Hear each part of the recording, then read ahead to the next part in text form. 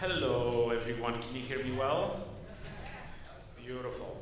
Well, welcome everyone to our wonderful panel discussion here with our composers that are here for this week for the first two concerts. And I don't even know what's the easiest and the most beautiful way to begin, other than maybe we can just go around, starting from my left, and just you can say hello to everyone. Just tell us a little bit what piece is being performed here at this week, and let's start with that. Cool. Hi everyone, thanks for being here, and I'm thrilled to be here. My name is Gala Flagello, and I'm a composer currently based in Ann Arbor, Michigan. I have two pieces on Sunday's concert, and I'm very excited. One of them is a premiere with Cabrillo's El Sistema partner. That piece is called Poppy, after the state flower of California. And the second piece on Sunday that I have is a little whiz-bang opener called Bravado. Hi everyone, my name is Paul Dooley. I'm based in Ann Arbor, Michigan. I just want to say that I got my start, my career got started from the Cabrillo Festival. I was part of the In the Works concert 15 years ago or something, which was life-changing.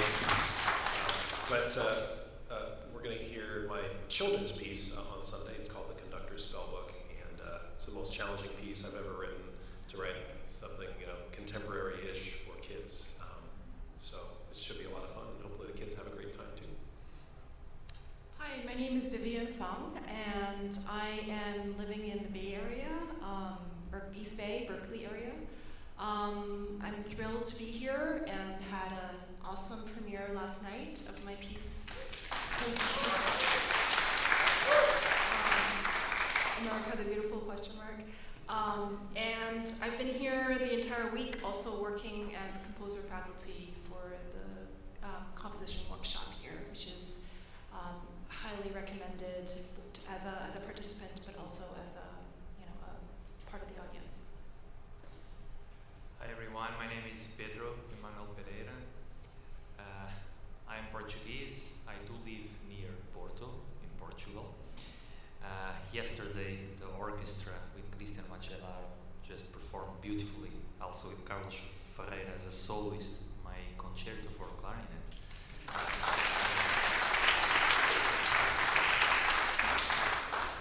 It was indeed a blessing, and it's a pleasure to be here. Aloha mai kako. I'm Leila Hua, and I'm a composer and multimedia artist, and my work is opening the concert this evening. Hi, my name is Sarah Hennies. I'm based in Ithaca, New York, a composer, and I'm this year's Creative Lab commission for the piece The Great House, which is premiered on tonight's concert. And I'm Cristi. So I just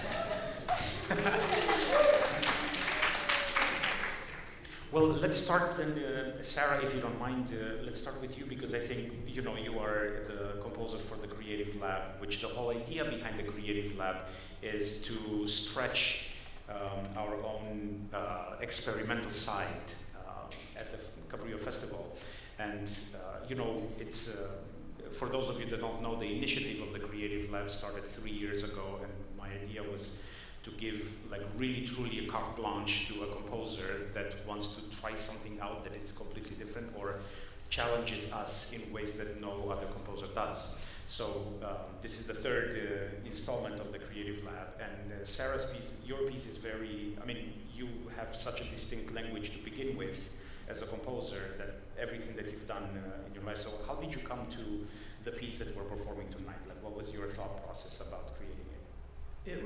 I am primarily a composer of chamber music and small ensemble, and I'm also a percussionist, and so I perform a lot, but I don't have a lot of opportunities to write for large ensembles. And so prior to the Creative Lab commission, I'd only written one piece for orchestra, which was a much smaller piece than the one tonight, in that it's shorter. It was only a 20-minute piece, and it was all strings, so no winds, brass, or percussion. So the scope of the Creative Lab commission was a lot bigger, and I learned some really valuable lessons from that first orchestral commission, which was, I think, 4 years ago. It was during like the height of COVID, and I sat in the audience alone and watched it, and then took a bow for the camera for YouTube. It was one of the most bizarre experiences of my life. But that one of the things I learned from that piece is that the kind of fine, detailed things that I like to do, where you can be like really intimate with an instrument or players or an ensemble, just does not work with an orchestra. And I wanted to approach the Creative Lab Commission in a way where I was really like, what are the best things about the orchestra, and how can I write for that? Like, I had a similar experience several years ago where I got a commission from a group who, at the time I didn't really know them at all, they're my friends now, but they were a group who played largely really technically challenging, virtuosic new music, and I was kind of like, boy, this is not my vibe at all, like I don't know what to do for these people. And I thought about it, and I was like, well, I don't really like virtuosic, technically challenging new music, so I wonder if there's a way for me to write a piece like that that takes advantages of what these people are good at, that also is a piece that I would like to listen to. And so I approached the Creative Lab really that way, of like the combination of that idea and like these lessons that I learned from the last orchestral composition. And so the score is similar in style kind of to an older piece of mine called Clock Dies, in that it involves a lot of like repeating fragments, but I tried to use like bigger gestures and things that I thought like would play well on a big stage. You know, like they always tell opera singers that they have to make these huge gestures because you have to project. And so that was kind of the first seed, and then aesthetically or musically, it was very stream of consciousness. Like, I had this vague idea that with a few really recent pieces in the last couple of years that I wanted to work with like melodic fragments, because usually my stuff is more sort of sound-based or rhythmic or whatever, you know, no melodies or any sort of conventional harmony. And that was kind of, those three things were kind of the basis of the piece, and then the actual writing of it was done in a really like kind of stream of consciousness, like free associated way that was challenging, but I feel like generated a piece that was really, you know, odd even for me. In a good way, obviously. Well, there's one element that you use in the piece very, I mean, it's used quite a bit, and this is the idea of the quarter tones and the microtones, right? So these are, as we know in the scale, you know, you have the whole tones and the semitones, right, which divide the scale equally, but then you have the quarter tones as well, which are those in between. So it's not just a sharp or a flat, it's like almost sharp or too flat, you know what I mean? Like, it's in between those.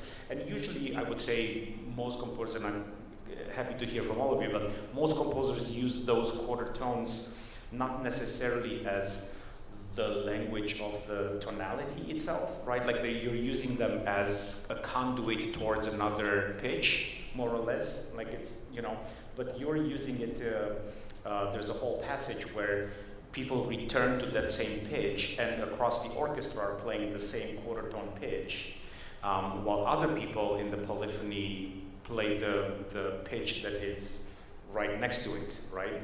And it's not just, oh, we're getting to the other pitch. Right. Because our instinct as musicians, of course, when we hear quarter tones, is to correct it, to make it be the right pitch, right? Like, this is just, but it was interesting once we started working on, actually, no, the quarter tones have to have their own integrity, which is separate from what we would call the real tones. Then it creates this unbelievable effect of back and forth constantly that becomes, you know, the conversation in the polyphony of the piece. Yeah. Yeah. Yeah, and you know, there's lots of different ways to use microtones, but that I teach at Bard College, and I work with a couple people. One person in particular is like the world's foremost expert on alternate tunings, and so to him, I mentioned to him that I had a friend who had a quarter tone vibraphone, and Kyle Gann was, well, that's not enough notes for me. And so that tuning people are working with these, you know, that actually a quarter tone is like quite large compared to like what's possible. You know, like Harry Partch used a 43-note scale to the octave versus 24 or 12, and that like for me, I just like quarter tones because I just find it extends the sonic palette so much to have those 12 extra notes. And from an execution standpoint, it's not done obviously as frequently as 12-tone music, but it's not like executable, and it's not like really, really technically challenging to even make these things happen, especially with string instruments. And so you can just get sounds that aren't necessarily like leaning really hard into dissonance, which I don't think my piece does really. But that like there's a part in the middle of the piece where the woodwinds and brass are doing this sort of like broken up melodic thing, and the quarter tones and the oboe and I don't remember which in the woodwinds that almost sounds like this medieval instrument, the shawl, which is this very kind of like sort of sound that you can get by having close pitches, but not like you say, not using quarter tones as like sliding into the real note, but that you have just an expanded sonic palette that is exciting to hear at this scale. Well, it just reminded me actually what you said, and I was going to say that about the music, because it reminded me I had the opportunity to perform one time in my life with Zakir Hussain, the incredible tabla player, and the musicians that were with him were all improvising on microtones. Right, which is very typical for that music, and I was just like blown away because I had no idea where I was. Like, I think I had perfect pitch, but by the end of that session, I couldn't tell where north was. Forget about the perfect pitch. Right, and when you start to look at music from other cultures, you realize that the 12-tone system is not the norm; it's the exception. Right. Like, ancient scales from Indonesia or Africa or China or Greece are all what we would call microtonal. And that actually related to rhythm too, in terms of like Western sensibility. I'm friends with the guy who teaches Japanese gamelan at Cornell in Ithaca, where I live. And I asked him once a long time ago, I was like, how come on these gamelan recordings, they're not together? Like you'll hear these, what we would call sloppy rhythm, where these huge ensembles, and instead of a unison like we're taught to do, it's like ring. And Chris Miller is his name, and he was like, oh, it wouldn't even occur to them to care about that. That it's like it's not even in their value system that like that idea of like perfect synchronization is even important. And so my music isn't like drawing on non-Western music really at all, but that kind of stuff is like a nice reminder to me that like the way that 17th, 18th, 19th century music is written in Europe and the United States is like is specific to us, rather than the rest of the world, and that it's not like quarter tones aren't weird necessarily, to someone who's been hearing this, since they were born. Yeah. So talking about rhythm, actually, because I think, Vivian, you have such an incredible use of rhythm and cross rhythms, like on top of each other, but somehow I always have a sense in your music that we arrive to a place together that like really makes sense. Like, how do you think about rhythm and the use of rhythm? Is it like a spice that you add, or is it like the building block that you use? You know what I mean? That's a great question. I think first and foremost, when I'm kind of working on a piece, is the zeitgeist of the piece. So when I was working on this, I guess you could call it like an opener or a fanfare even, it was the biggest challenge for me to find that zeitgeist of what I wanted to say. And I spent a long time contemplating that. I seriously kept listening to Jimi Hendrix because I was like, what can I do? I mean, it's like, how can you follow that, And from there, kind of just contemplating everything and what I wanted to say, I arrive at something that's architectural. So the architecture, I knew something had to be very front-loaded, but then I knew that I had to have just one instrument at the end. And then everything else kind of follows architecturally. So this is a long-winded answer, that the rhythm kind of defines each of these architectural points. So the rhythm, it's not like, it's not one instrument that has a rhythm, but it's the collective rhythm that could be a layer of maybe 5 different rhythms, that kind of inform the entire structure. And so you have layers, and this is actually from my experience of playing gamelan music, actually. Speaking of, gamelan, so where the rhythmic intricacies are very, very complex, but somehow it kind of works together as a whole. And that's what I was trying to achieve. And I even write in the score, like, pitches are approximate because I wanted that effect of that swarm and that energy more than the actual rhythms themselves. Yeah. So this return to the gesture versus the precision of each. Right, you do write this in this piece. Right. With the strings, they have this really complex, and the winds as well, complex, somewhat chromatic scales that go up and down very, very fast. And from the very beginning, you say the shape is important, not the individual pitch. Yeah. Right. So I mean, if a performer didn't know my music and saw that, they're going to be like, this is impossible, basically. And it is impossible until you know what I'm after, and then it becomes actually quite easy after that. Right. Yeah, exactly. It's freeing. So, I'm always fascinated by which composers insist really, really strongly on the tempo they choose, as a metronome marking, the tempo they choose for their piece to work versus those that are actually quite free to the interpretation of what that speed is, because to a certain degree, speed can be relevant to or influenced by, of course, how the performer feels in that moment, what's the spirit or the tension, the energy in the room, and we had this interesting conversation yesterday because all week long we had been, Pedro, we had been rehearsing the second movement, the Babel movement, at a tempo that Carlos and I agreed to as being something that was manageable for everyone. Very fast movement, as you heard last night. And, we had kind of been doing it at a certain speed. And then at the last rehearsal, Pedro was like, well, we should really try to do this very fast. And I was like, okay, let's go for it. So then we did it quite fast, and then, which Pedro liked, I think. And then at the dress rehearsal, Carlos and I, again, we discussed and we're like, well, this was, because he had marked 180 to the quarter note, which is very, very fast. And then it turns out that we had done 204 to the quarter note. And then at the dress rehearsal, Carlos and I said, well, wait, maybe we should come back to 180, and then just before I walked on stage, Pedro comes to my dressing room and says, you know what? I know, I'm going to rewrite the 204 because it was so much better to do 204. Which is why the performance felt like, I think it was 220.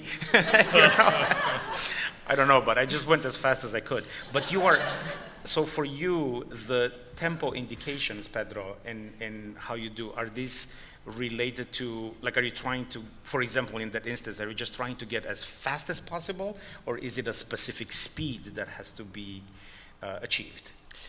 First of all, I must say that yesterday, before knocking your door, I was like, should I? Should I knock? Maybe yes, maybe no. I know that it's tricky to request something right before the performance, I hate when someone does this to me, so... But at the end, I was like, okay, I must. So I knocked. It's always... It's an interesting question, I think it really depends on what the music requests, what the music demands. I wrote 180 because I didn't know what to expect from the orchestra. And while writing the piece, I decided that this is the safest place. So I can share the music with energy, with power, It will sound like Babel, you know, con fuoco, with fire. And I know that at this speed, professional musicians, they are capable to play. So the orchestra will perform it. I was thinking about the orchestra. But from the very first rehearsal, I understood that this team, you know, they can do, you know, much more than this. And they are capable to do it. It's not only about being faster. It's, of course, you play faster, but it's about giving the right energy to the music. And I realized in the rehearsal, if you play a little bit faster with the right energy, you get this fire that Babel requests. That's why 180 sounds perfect, but as I said to Christian in the second rehearsal already, it was sounding for me too comfortable. They could play. 180, yeah, they could play. And I had this feeling, you know, it must sound like they are almost dying, you know. And other composers were doing this. For instance, if we take Prokofiev concerti or some symphonies of Shostakovich. For example, Prokofiev Fifth Piano Concerto, I performed this a year ago with the Porto Symphony Orchestra. It's really fast, almost impossible to play that tempi, even for the orchestra, almost impossible. But the most important thing that the composer wants to say is, this is the goal, you must work for this, you know.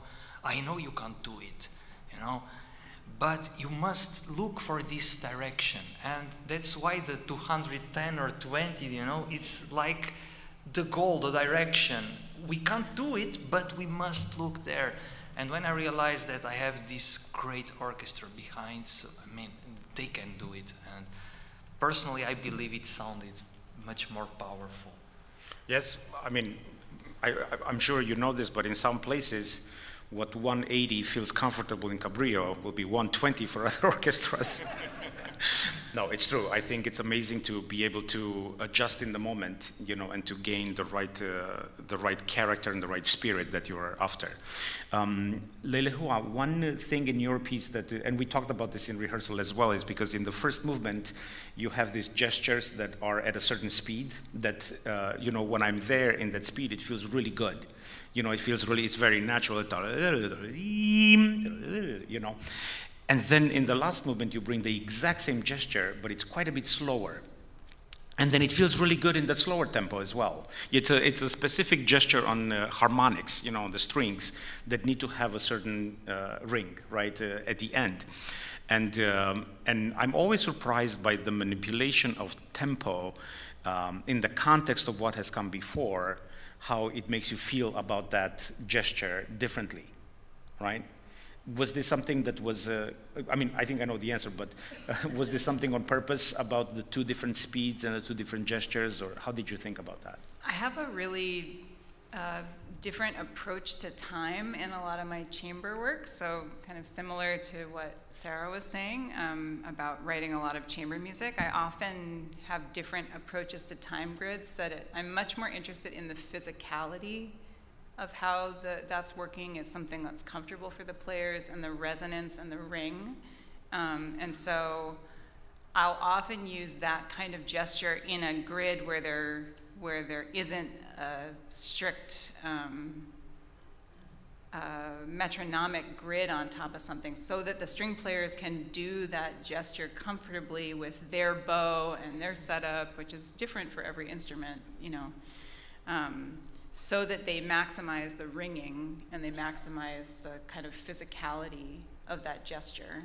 And of course, as orchestral musicians, we're trained to kind of corset our bodies and be able to do those things in any tempo. You know, if there's a great tempo that Mendelssohn's Scherzo will work on your instrument, but if you have a conductor that wants to take it way slow or way fast, you need to be able to do that stroke at any speed, right? And so the difference between that kind of classical music that's corseting your body into, you know, being able to do something in any speed, whether or not that's comfortable, and the kind of prioritizing different things like timbre, like resonance, like physicality. And so the challenge for me in this piece, because it was originally commissioned by a kind of more standard symphony orchestra, who did a great job, was I was interested in saying, can I get the players to find that physicality?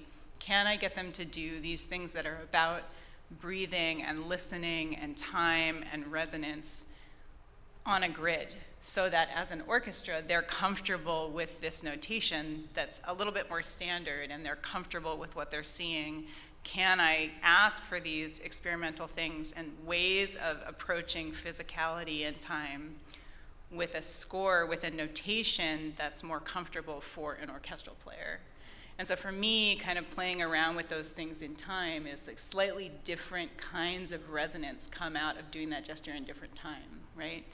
And so that was what was interesting to me about playing around with this piece, which I think they're doing a wonderful job, and you're doing a great job with it.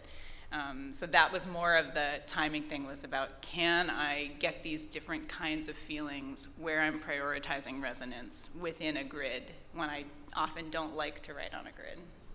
Well, what surprised me actually hearing the piece for the first time with the orchestra and the difference in the speed, it's amazing. I mean, of course, we think of major keys and minor keys as, I mean, simplistically put, happy and sad, right? Like that's just, but it's amazing how much the meaning of something changes even with a very small variation of tempo. And Sarah, we had this, because I felt so uncomfortable when we were doing the rehearsal the previous day.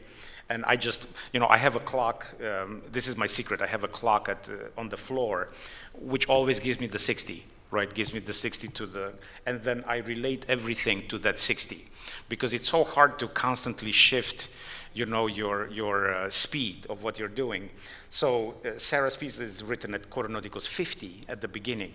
And I'm going along and it's like, wow, this is going well, but that something feels different about what we're doing. And then I look at the clock and I was going, 80, And then I turned to Sarah, I said, I think I'm way too fast. She was like, you're way too fast, I mean, I was like almost twice faster, because it's a piece that requires actually so much patience.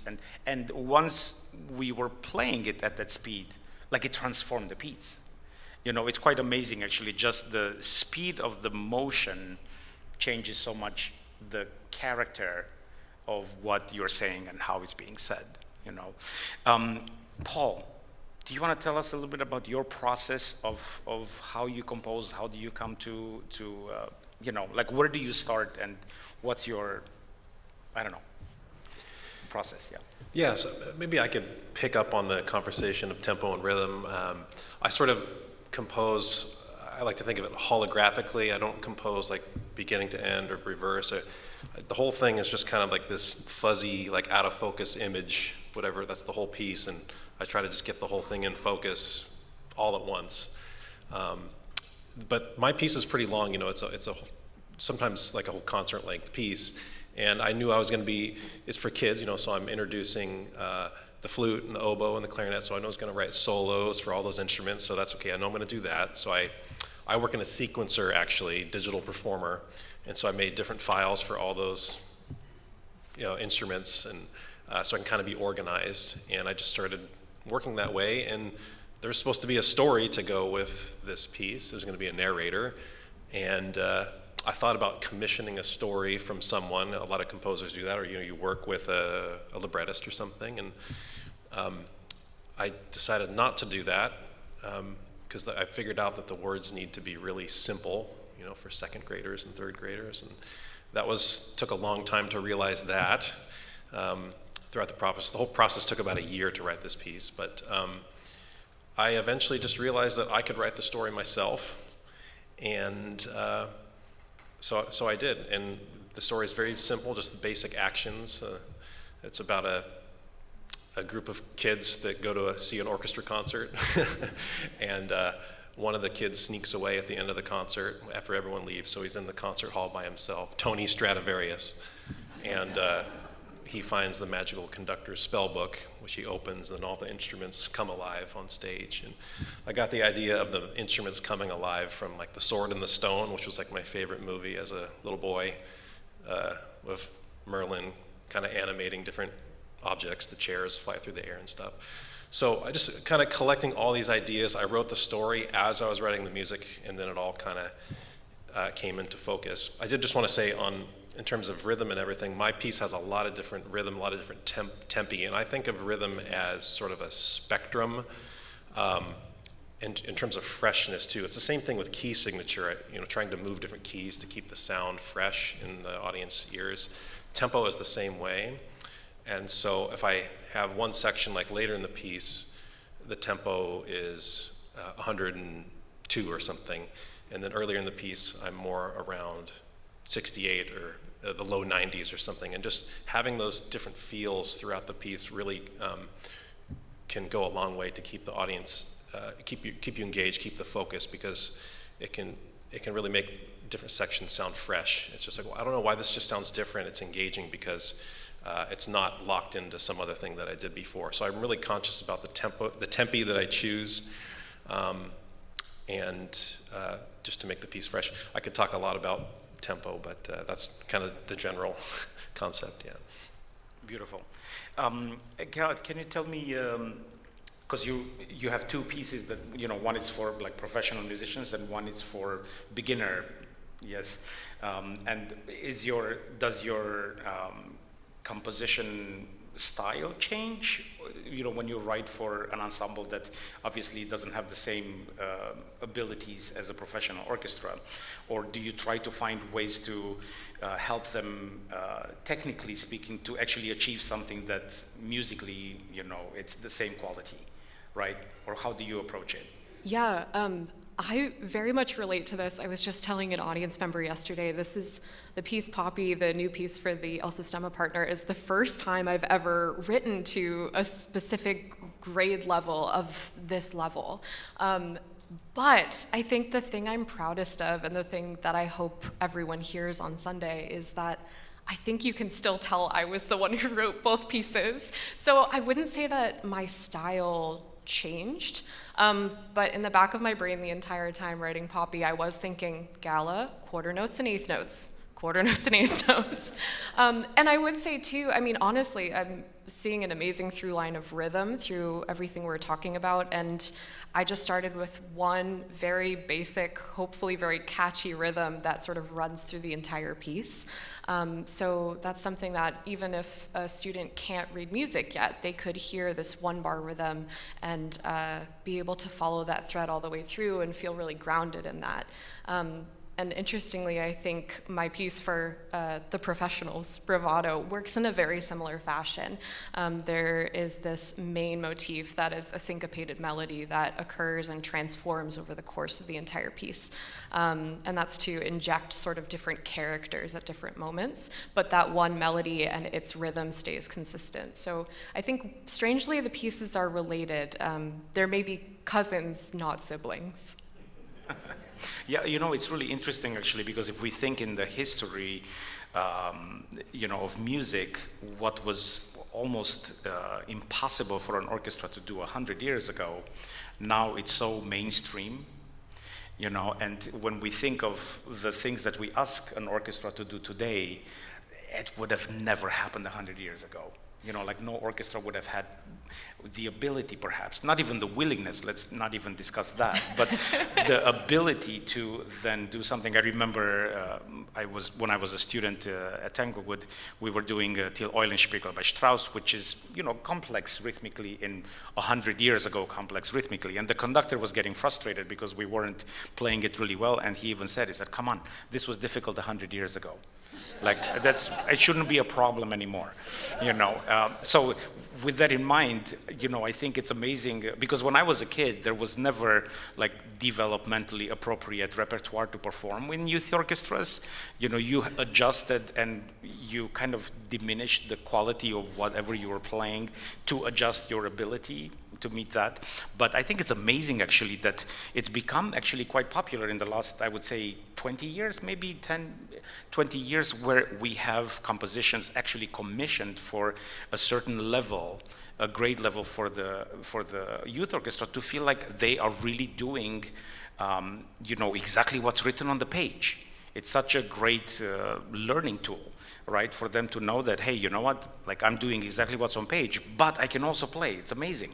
Yeah, I would say, interestingly enough, Bravado has a similar story to what Pedro was talking to you about with being able to play with a tempo.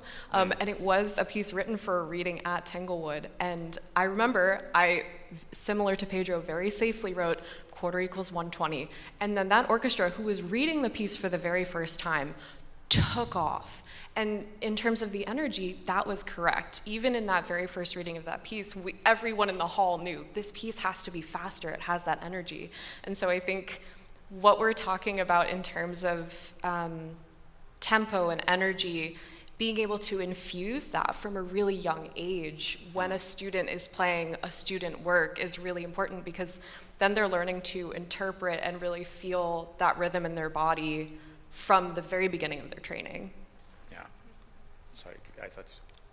Well, this is a side thing, but I have a tendency to actually mark up my metronome marks. So I want to test how fast someone can go. And I'm a little bit sadistic that way because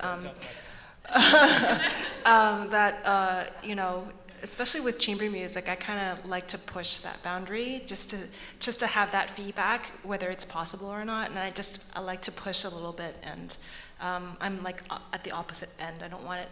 I've done my due diligence of being safe, and I want to push now. And I'm just testing what is possible, you know. Well, I have just one little question, and then I will take questions from the audience. And this is for anyone that answer, because I heard just a little anecdote the other day about a very, very well-known composer who likes to write incredibly difficult music. And I always think of composers. They have these things that they imagine and they want to do, not necessarily to trick the performer or to play with their psychosis, but just really what they want to portray musically. And this composer, when asked, responded, well, I purposely write something too difficult so that the musicians take my music seriously, because then they have to spend a little bit more time with the music rather than being able to just play it. And this is my little question. How does everyone feel about that statement? Like writing music that it's too difficult to play so that the musicians take it more seriously. I'm just curious. I can add something to it, because there is a very nice story about Rostropovich and Prokofiev. So Prokofiev wrote a really hard passage for the trumpet in one of his symphonies, and Rostropovich was conducting it, and he went to Prokofiev and he said, listen, this is just impossible for the guy to perform. Why did you write this like that? And Prokofiev started laughing, like, I'll be sitting in the back and I will just make fun of it, while he will be suffering. So he did it on purpose. I don't know if they had some issue, but he just wrote on purpose so difficult passage for the trumpet, and he was fine with that. He was really fine with that. But it's very funny. You go to YouTube, write Rostropovich trumpet story. I don't know if there is a translation for English, but it's a really funny one. Leila, you were going to say something. I think in line with what I said before about prioritizing different things, I think that my music is often deceptively requires a lot of skill and focus. It's very demanding in terms of the amount of focus, but because I'm prioritizing different things, right? And so the intensity of the ask for the performer to be actively listening, especially in some of the more experimental scores. And I don't want to speak for her, but also in Sarah's work, in terms of the essential task of something like ringing a bell might seem like that's easy, but the intensity of the ask in terms of the intention and the way that you're asking the performers to listen and the way that you're asking them to be present in spinning the sound and listening to each other is quite a large thing to ask, right? That is very demanding. And so for me, because I'm prioritizing different things in timbres, especially in some of my other music, that's a different kind of ask, and it often, I think that's asking them to do that looks deceptively easy sometimes in the way that the experimental score is on the page, but is asking the musicians a different way of being. And as a performer, although I was very proud to play very complex and difficult music myself, that's not really what I'm interested in as a composer. I'm interested in all of the complexities of kind of post-spectral listening to timbres and listening to landscape and these different things. And so my priorities are reflected in the demands I make of the player, which is listening in a different way.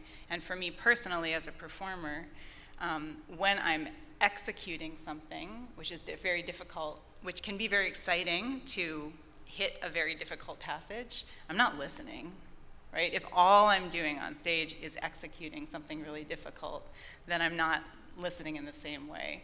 I'm hyper listening to myself so I can make micro adjustments, but I'm not listening expansively in the way. So I think they're both very demanding things, with this kind of what are the priorities of the piece, what are the different ways, and I think when you're trying to deprioritize a grid, which musicians are so used to working with, then there's a lot of different things that you're asking them to do that are very demanding,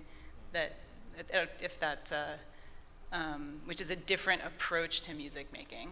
Right. It's a different conversation on what makes something difficult. Exactly. Right, and it's interesting how in music history what was difficult for a composer coming after Bach or after Beethoven or after Brahms, and it kept getting more and more complex and more difficult. And then once it reached kind of a critical point, then we opened new areas of development that have to do with timbre, have to do with other things that it's actually like, once you've exhausted the 3D format, then you look at 4D, right? And then you go to 5D, and then it opens up, pathways and things where you can improve a lot, and you can change everything. So it does feel that way.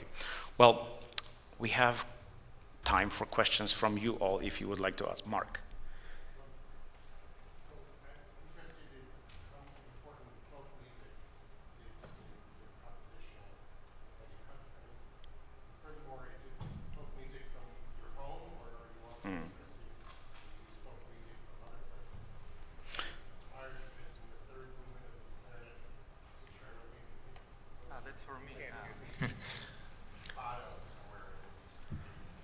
Yes, so just to repeat the question so everyone can hear, Mark is asking how influential or how much folk music is an influence for the composers at the table, and also if it is an influence, is it your own folk music from your own background, or is it a different kind of folk music? And he was referencing what sounded like a fado in the third movement of the clarinet concerto.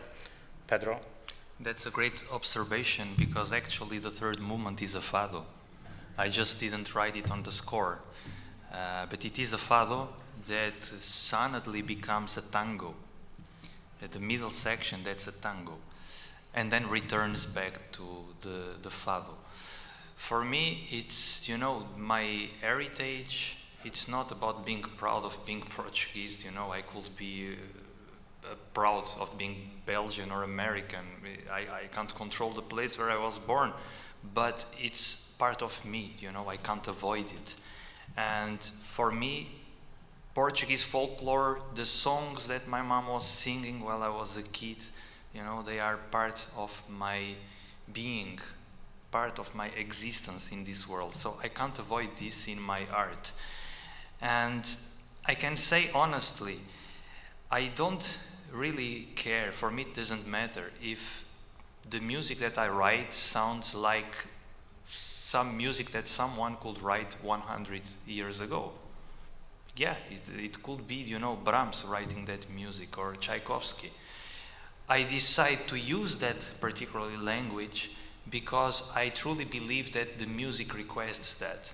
If the music requests that, I use it, never mind if it sounds like Bach or like Tchaikovsky, or if the music requests something more in Schnittke's style or other composers' style, I will take it for the sake of music. That's why I'm not afraid of using the tonality, you know. I love to use the tonality. What is the problem? What is wrong with the tonality? Folk music, yes, it's essential in my artistic creation, and it's very nice that you recognize it.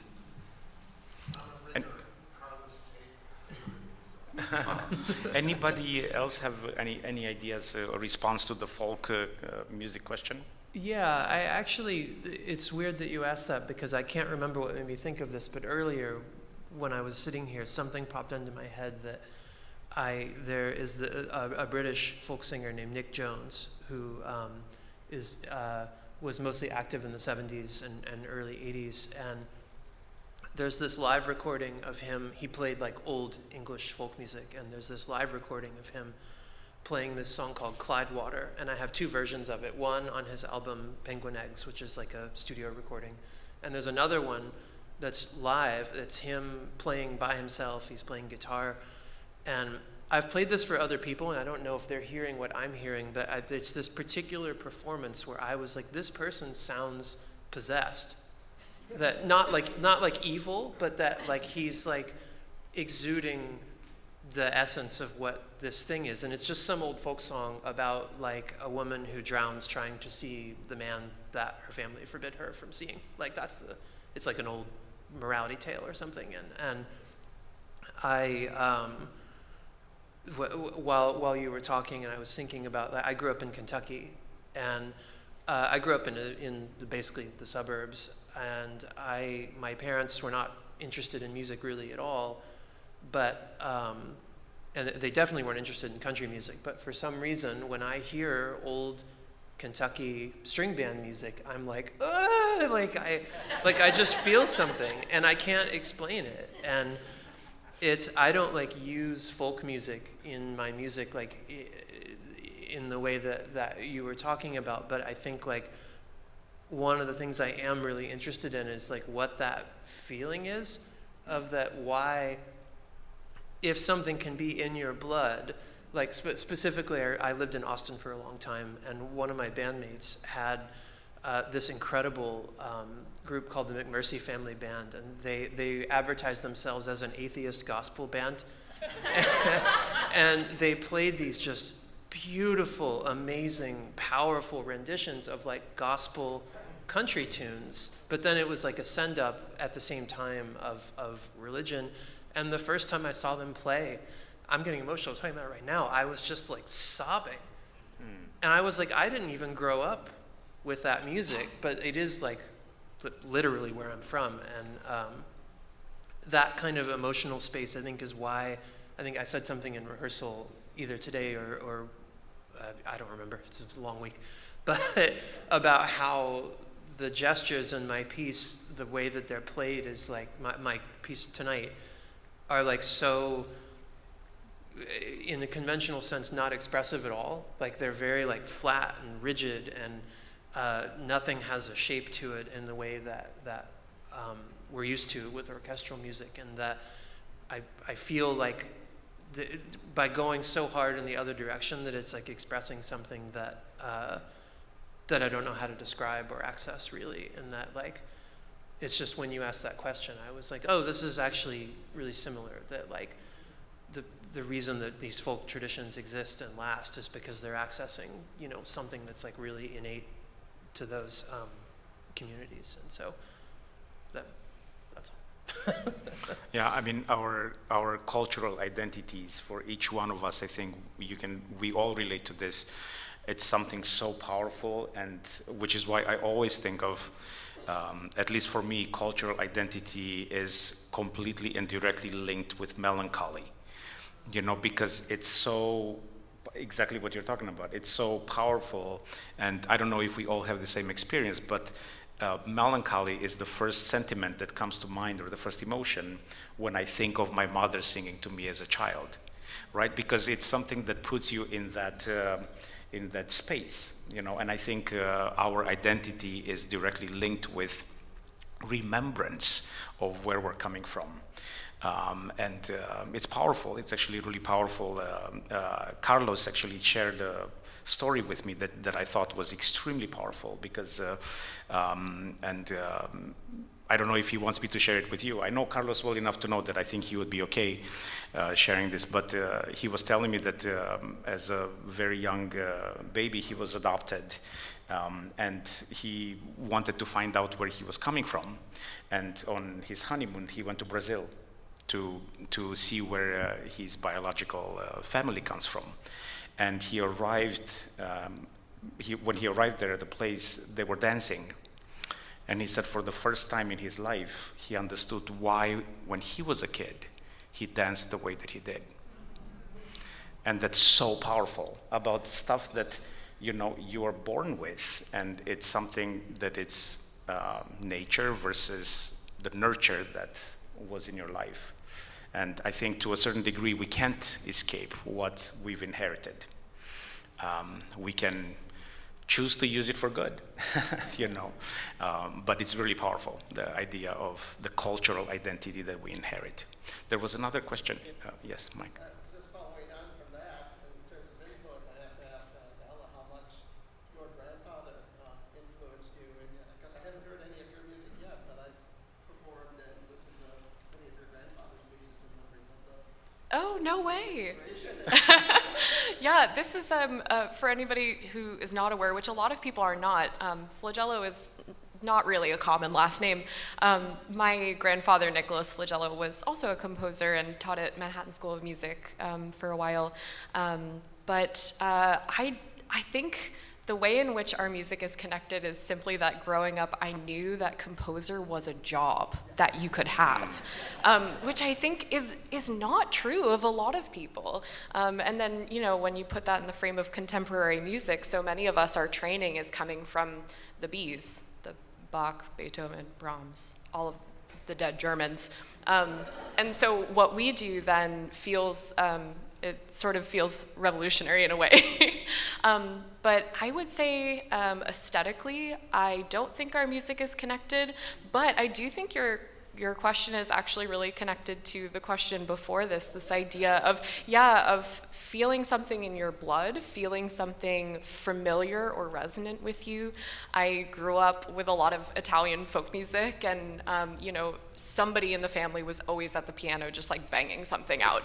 And when I would ask, you know, my dad or my grandma, because unfortunately my grandfather died before I was born, when I would ask them, like, oh, what is that? They'd be like, oh, I don't know, it's so-and-so's song. Like, they would just name a family member. And so there's this melody that for years and years I've been wanting to put into a piece, and I just know that it's Aunt Helen's song. So if you see a piece from me, and that's the title, but I did ask my dad when I saw him recently, I was like, Dad, what is this song? Did Aunt Helen write it? Is this in the public domain? A classic composer question. And he goes, well, she would just sing the first part of the song when I was growing up.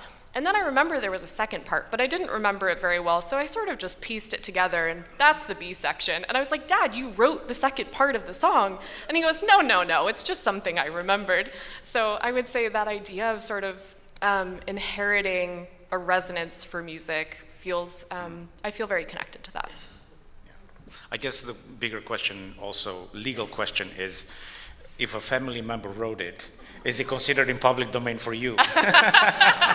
Just me. That's right. Well, I think we have time for one more question. Yeah. I love asking this question, but I want to thank all of you for coming from so far away. I mean, most of you thousands of miles. Could you talk, anyone who wants to, about what's next? Musical landscapes you want to explore, themes you're fascinated with, whatever intrigues you. The question is, would anyone like to share what is next for you in terms of what you would like to explore, or compositions you're working on, or you know, what are you doing next? This actually kind of ties it together about identity and folk song and location of where you live. So I'm right now working with a terrific violinist named Nancy Zhou, and she's been quite a champion of my music. We're going to Jakarta together for the Asian premiere of my violin concerto in a couple weeks. But the reason I mention this is because she wants me to write a piece for solo violin and electronics.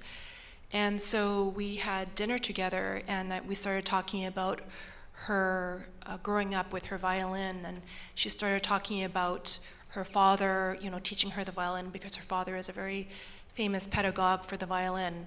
But then I was really intrigued by her mother's side of the family, because her mother, in this conversation, it was kind of revealed that her mother is part of a Buyi minority group in Guizhou, where her mother's ancestry is from. And so I became really, really intrigued by that, because I have a personal fascination with minority, indigenous cultures in China. And so we got to talking, and I was just, that was it for me as far as like this project that I would write for her. So last year, Nancy and I actually went back to her grandma's village and her mother's village where they grew up. And really unbeknownst to her, her entire family was, had all these instruments and costumes, and they started performing for us. And it was so meaningful and special. It was very overwhelming for Nancy, because she actually grew up in Texas, and only recently had started to discover all the riches that her mother's side, really had, but was not revealed because she had an American upbringing. And so this is as important for me as it is for Nancy, is sort of like not only musical, but really a sense of who she is. And it really was, she was like in tears and it was so overwhelming for her. So it is my job to sort of bring that into the piece that I'm writing for her. And it's a wonderful project because it's about so many different things.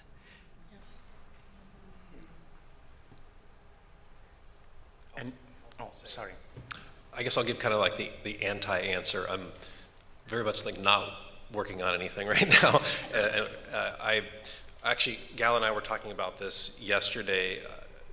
10 years ago, I had commissions lined up for like 2-3 years, and just was one after the other, struggling to finish every piece, and I was traveling everywhere. And now I'm 42. I have a daughter now, and that was a complete brain rewire for me.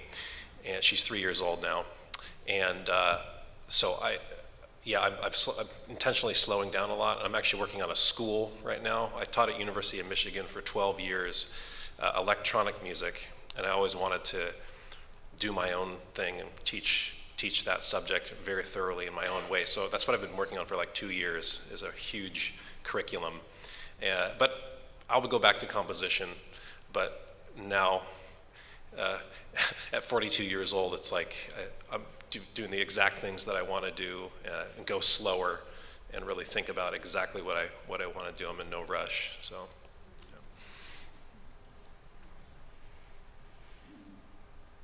Anybody on this side? I said I have a million things going on. It's just trying to make work. Yeah. Well, on that note, I think we have to wrap things up. But I know that our conversation will continue to ring in everyone's head and hearts. And I cannot wait to see all of you tonight and to hear the music that wonderful people here have composed. Of course, next week as well, we continue with the festival. So thank you all for being here. Thank you for participating, and thank you for listening and asking questions. Thank you so much.